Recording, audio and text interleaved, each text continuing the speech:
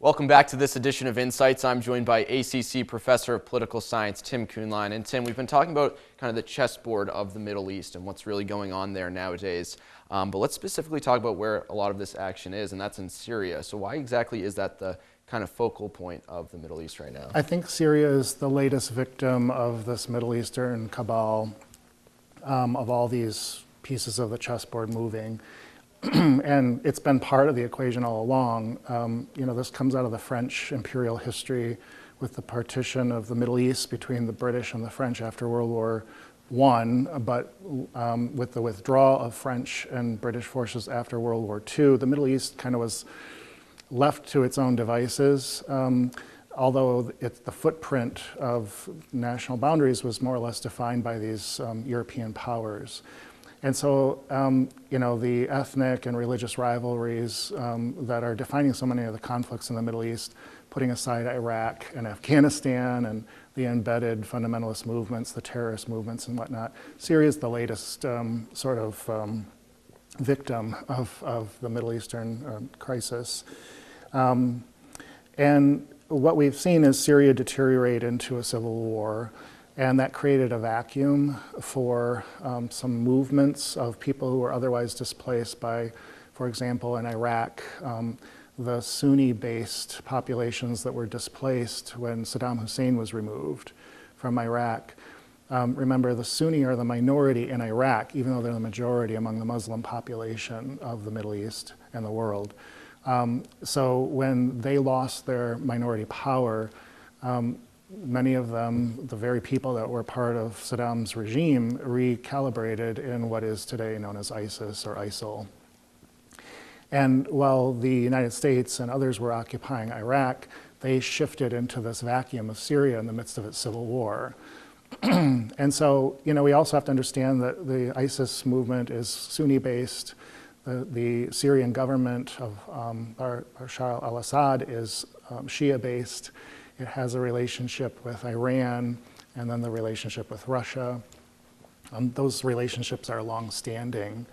And so this just happens to be the most recent theater, whereas for us it was Iraq and Afghanistan in the past. Not that those have disappeared, but the problem gets more and more complicated. So this is all dwelling from this civil war that's going on, and that's between two different sects of the religion. Well, that's part of it, yes. The level of oppression of the al-Assad regime, which is why the United States is so opposed to that regime. The al-Assad regime has not historically accepted the legitimacy of Israel to exist. And of course, the whole civil war emerges out of the Arab Spring that came out of the early 2000s, the 21st century movements. Starting in Tunisia, spreading to Egypt, Libya, Syria was one more of those in the domino. But as we know, those democratic reforms did not go well. And we're seeing a regression of those, at least from the Western perspective, advancements. And of course, Turkey is also kind of a victim of this as well. There's a hardline crackdown. The coup recently, around Christmas time the summer of last year.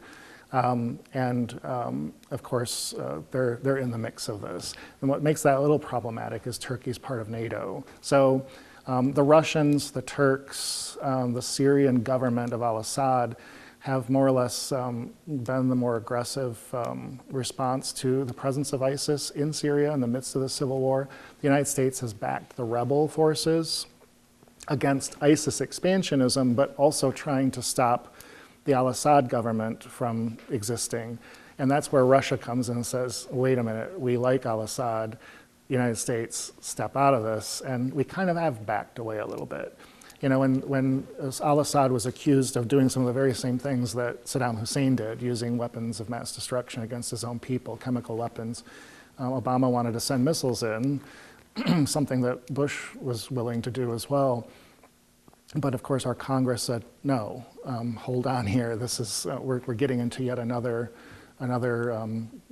crisis, and perhaps rightfully so. So, excuse me, I think where we see ourselves right now in U.S. foreign policy and where we're likely going is the United States backing off a little bit in these expanding scenarios. We're not going to remove ourselves. In fact, we're seeing quite the contrary. In fact, U.S. troops, we just sent tanks into Germany for the first time since the withdrawal over the last 5 to 7 years, because we are checking Russia's potential for expansionism into the Baltics and, of course, the Ukraine. So we have tanks again on German soil, just as of this week. And I think that shows that we're not going to back down, but we may allow Russia to essentially, it's claimed its territory in Eastern Europe, now in the Middle East, and we have to draw the line somewhere. And so you think kind of this not backing down, but sort of withdrawal from the area is kind of because we don't want to get into another situation like what happened in Iraq? I honestly think this is going to be an equation of recognizing that Russia wants to be a big player. It can position itself to be so. It's not worth the fight. I think Trump is saying that. Congress is, even Republicans in Congress are saying another thing. And of course, I think it's about these spheres of influence that we spoke of last week, where Russia's going to have its sphere, China will have its sphere. We will draw very clear lines and we'll be very bold. I mean, let's remember, Trump has just appointed some of the most aggressive foreign policy leadership in our executive branch that we've seen in a long time. And these put the neocons to shame in many respects. But they're not fainting lilies. They just have they're not, the neocons of Bush were preemption. And I think Trump is probably that was the Bush doctrine. The Trump doctrine may very well be one of drawing the lines in the sand, but give them their space and we'll take our space and let's do some business together. Who will sacrifice in the process is what's disturbing to many. Will we give the Baltics up? Will be interesting to see. We're going to continue this conversation on the Middle East when we return.